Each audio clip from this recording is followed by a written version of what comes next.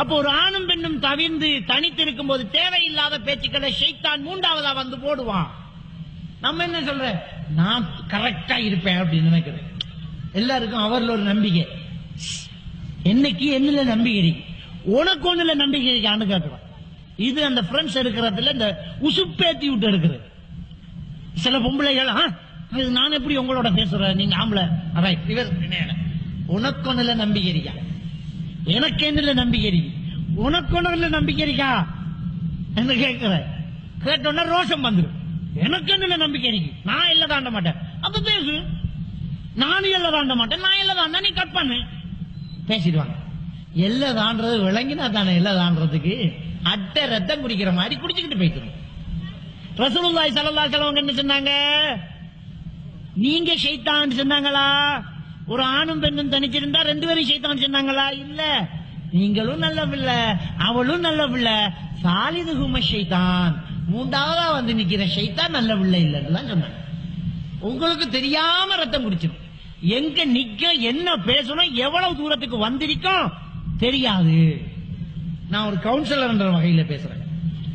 எனக்கிட்ட இந்த குடும்ப ஃபேமிலி கவுன்சிலிங் நிறைய வந்திருக்குது. அந்த ஊர் பேர் நான் சொல்ல விரும்பல. நான் 2-3 கேஸ் பார்த்திருக்கிறேன். என்ன பொம்பளை சொல்றா, இவர் தலாக் சொல்லணும், இவர் என்ன தலாக் சொல்லணும், அவங்க தான் ஏன் நான் ஒண்ணு தலாக் சொல்லுவேன், அது உங்களை பிடிக்கல, நான் ஒரு ஆளை கல்யாணம் பண்ண. அது யாரு? அது என் Facebook ஃப்ரெண்ட். அவன் கேட்கறியே, நான் உனக்கு என்னடி குறை வச்சேன், அதை நீ என்னோட ஒழுங்கா கழிச்சுக்கிட்டு இருக்கிறது. அவர் பிசினஸ் கடைக்கு போற வார இவளோட கழிச்சிட்டு இருந்த இவன் தான்.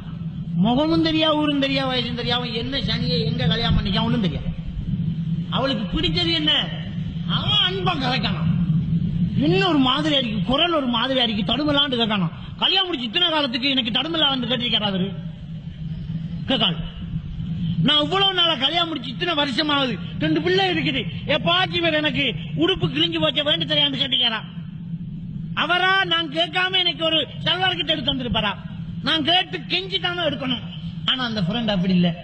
அவன் சொல்றான், உங்களோட உடுப்பு ஊத்தியா இருக்கிற மாத்தலையாண்டு கேட்கிறான். என் புருஷன் இப்படி கேட்கலையே. இப்படி கேட்டோடனே அவனை பிடிச்சு போகுது. ஓப்பனா சொல்றா, இவர் என்ன தலாக் பண்ணணும், நான் அவனை கல்யாணம் பண்ண. இப்படி கேஸ் எத்தனை பாத்திக்கலாம்.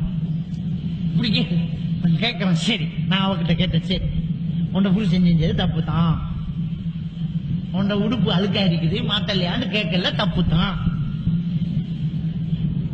உன் குரல் ஒரு மாதிரியா இருக்கு, தடுமலாண்டு கேட்கல, அவன் மதிக்கல, உன்ன நோயை ஒரு நாள் கண்டுபிடிக்கல, தப்பு தான். இவன் எப்படி கண்டுபிடிச்சான்?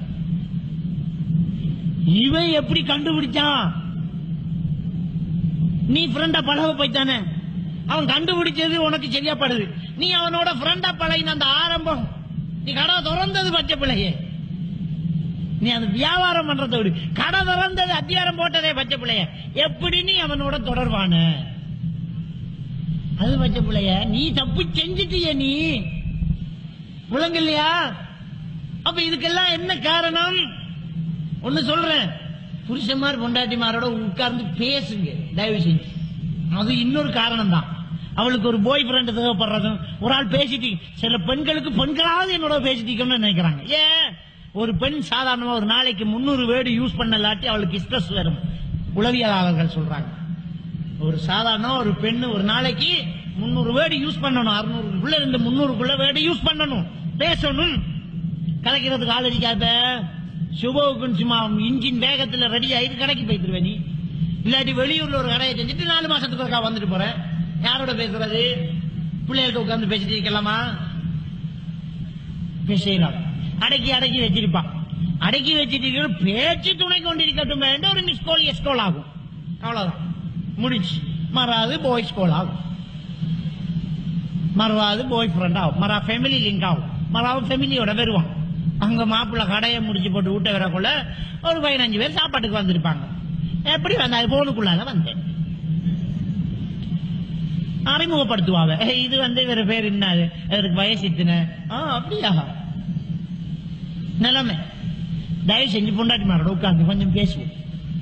ஒரு லீவோட போட்டு ஒரு வெள்ளிக்கிழமை ஒரு நேரத்தை ஒதுக்கி அது உட்கார்ந்து பொண்டாட்டியோட இருந்து பேசினா பேஸ்புக் குறையும். அங்கால நீங்க பேசினா அங்க பேஸ்புக் குறையும். ஆக இன்றைக்கு இப்படியாக நிறைய குடும்பங்கள்ல பிரச்சனைகள் வந்துட்டு இருக்குது. அப்போ ஒரு லிங்க் கொண்டு வந்து தொடர்பு வந்தோடனே அந்த தொடர்பு நெருக்கம் அன்பாகி காதலாகி கல்யாணமாக போறதுக்கான காரணங்கள் நடந்துகிட்டு இருக்கிறத நாங்க பார்க்கலாம். எனவே இந்த சமூக ஊடகங்கள் இன்னைக்கு இந்த துறையில தவறாக பயன்படுத்தப்பட்டு இருக்கிறதையும் நாங்க பார்க்கலாம்.